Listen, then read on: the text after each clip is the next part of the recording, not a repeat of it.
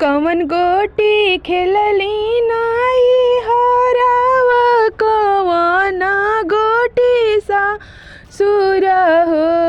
ललना कवन गोटी खेलनी से जरिया गर भरही गईलेनु हो ललना कवन गोटी खेलनी से जरिया गर भरही गईलेनु हो ईटे गोटी खेलनी नाई हरव पत्थर गोटी सा सुर हो ललना प्रेम गोटी खेलनी से जरिया गर भरही गईलेनु हो ललना प्रेम गोटी खेलनी से जरिया गर भरही गईलेनु हो केकरा संगे खेलनी नाई हराव के कर संगे सासुर हो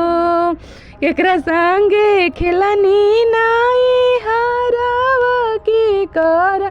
संगे सासुर हो ललना केकरा संगे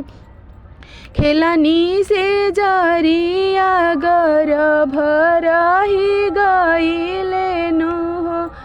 ललना केकरा संगे खेलनी से जरिया गर भरही गईलेनु हो सखी संगे खेलनी नाई हराव ननद संगे सासुर हो सखी संगे खेलनी नाई हराव ननद संगे सासुर हो